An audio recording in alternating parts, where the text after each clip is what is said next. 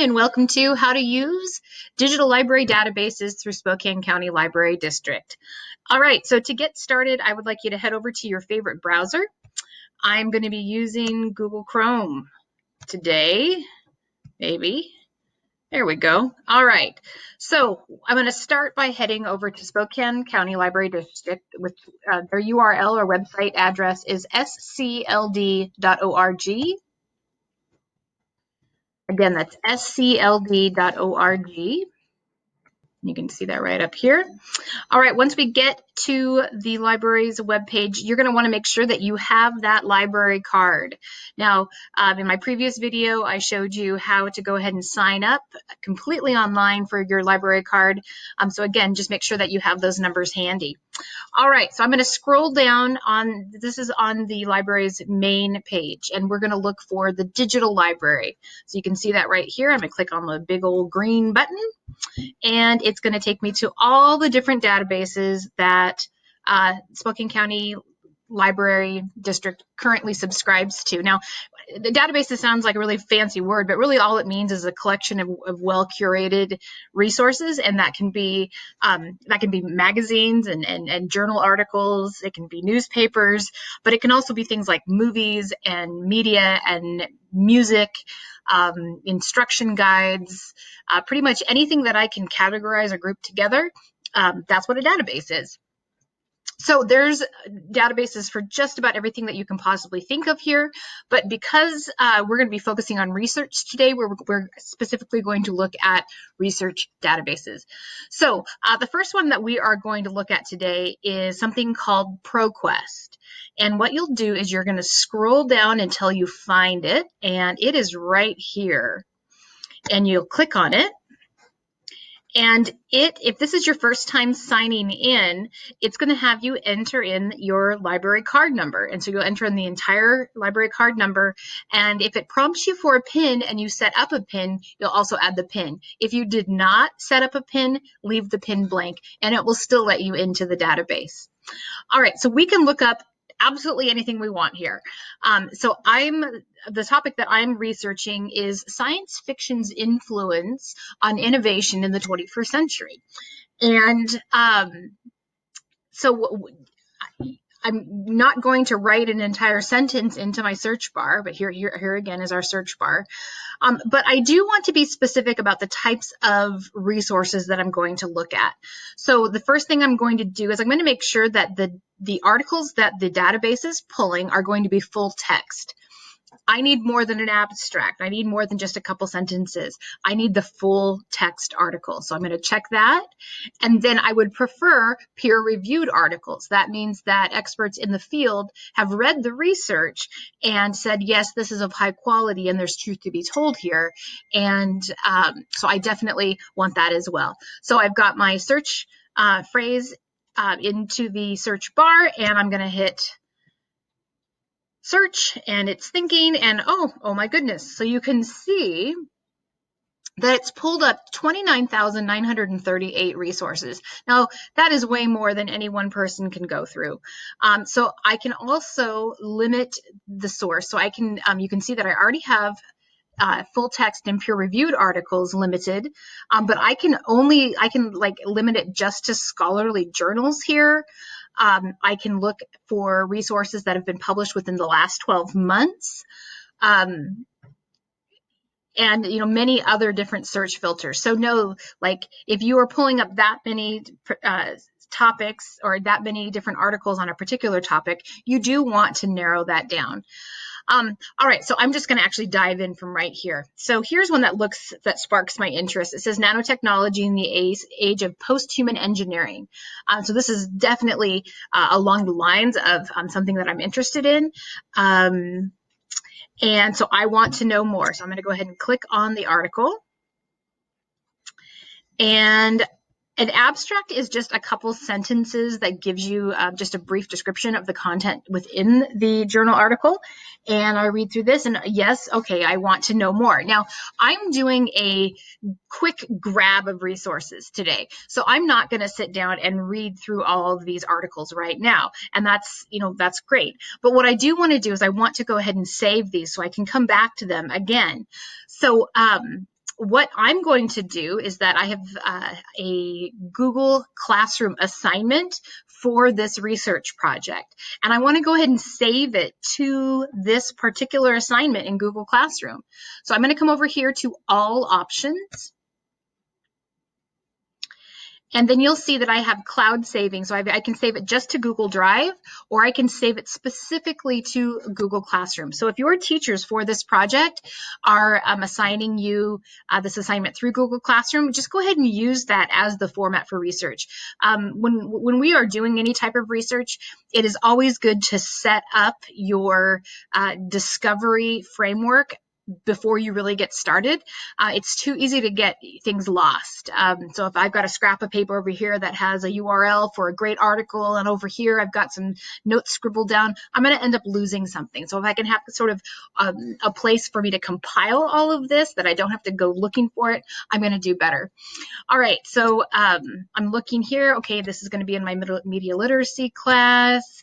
And oh, look at here, the research science fiction. I'm going to click go. Okay, this is the article I definitely want to save, and so I'm going to go ahead and attach it, and this will automatically attach it to that particular assignment. So I can go back and look at it at any time. So the other things that I want to point out here, when you're doing any sort of research project, you have to cite your sources. And the lovely thing about using any of these databases is it already puts it into proper citation for you. So I just need to go to Cite, and then you can see it's popping up as APA, and you're more than likely going to be using MLA 8th edition for your research. So I selected that, and now this is popped up into MLA, and I can highlight this, Control C, and then I can paste it into a document that I've created in my Google Drive for just this very thing. These are resources that I want to save for later. And actually, if I go to this Google Classroom, let's see here. I'll just show you, because we've set up kind of a note catcher within Google Classroom. Oop, okay. All right, so in classwork, and this is the research, and here is her note catcher. And because I am harvesting these resources from the web, it's part of the MLA citation. I'm also going to get the direct link back to that article. So it like takes care of two things at one time. So I have the link to the article and I have the proper citation. So even if I didn't save the article to Google Classroom, as long as I paste that citation somewhere where I'm collecting, I can always go back to the article. All right, so that is one resource. The next one I'm going to show you that I'd really like you to spend some time in is one called Opposing Viewpoints. So we're going to click on that. Again, that's called Opposing Viewpoints. And this takes any issue that you're looking at, and it is going to dissect it from two different perspectives. So it gives you, there's always, if I'm looking at any sort of controversial issue, there's always going to be two sides, if not more, to any story. So Opposing Viewpoints does a really great job of balancing the content and giving you the perspective from both sides, which is really important. I mean, it's great for us to be passionate about topics, but if we need to understand both sides of any argument. So again, I'm just going to go ahead and type in my topic.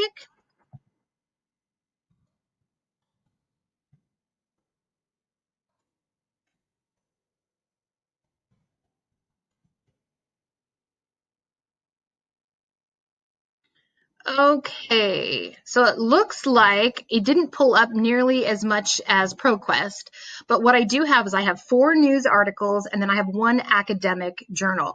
Now, a few things that you can look at that are a little bit different in Opposing Viewpoints is that I have this little graphic that tells me the level of difficulty of reading. So, 5 is going to be more difficult than 4. It gives me the number of words in the article. the other things I'm going to show you. So I'm again, nanotechnology is very interesting to me. I think I would like to know more. So I'm going to look at this article. It's going to pull it up for me. Now, a couple of things that I really love about this database is that it gives me the ability to listen to the article. Now, much of the research that you're going to be doing is going to be very thick in academic vocabulary, which means that it's going to be a lot of technical words that we may or may not know. I can quickly listen to this article. I can download the article, and that way I can do two things at one time. So I can actually be listening to the article as I'm continuing to research other topics. I can save this, and maybe this is what I'm going to listen to before I go to bed. So I've got all sorts of options there. It looks like it's taking a bit of time to buffer, so we're going to go ahead and stop that. The other thing is that I have, much like the previous article, I have the ability to go ahead and save this to Google Drive. I can email it to myself. The other thing that I can do is I have the citation tab again. So I can click cite, and here is, there's MLA citation, and I can even send it to Google Drive. We'll use my daughter's account since that's where we started our research today. All right, so what it's going to do is it's going to create a separate folder within her Google Drive that's going to say opposing viewpoints. It'll be a different color, I think like an orange color, and then anything that you're saving from opposing viewpoints is going to be saved in that one folder. All right, now pretty much I've shown you the basics of the different databases, but before you go on, there's a couple others that I would like you to go ahead and spend some time looking at. So we have science in context. So if you are researching anything within the science realm, this would definitely be one to take a look at. We have, let's see here. Let me find, there's a lot of them. Okay, biography and context. So if you are researching a topic and you find a person of note and you want to learn more about that person, head over to biography and context. Research library is another very well curated collection of journal articles that can be helpful. And then, oh, here we go. The e-library curriculum edition. So this is Proquest, but this is Proquest a little more simplified. So if you're finding that you're pulling up 32,000 resources in Proquest and you're feeling like this is way too much, give e-library curriculum edition a try. It's sort of a light version. So I encourage you guys to dive in, give it a try. Fear not, you're not going to break anything. And if you have questions, please feel free to email me. I'm at mlarsen, LARSEN, @cvsd.org. All right, thanks for listening. Bye.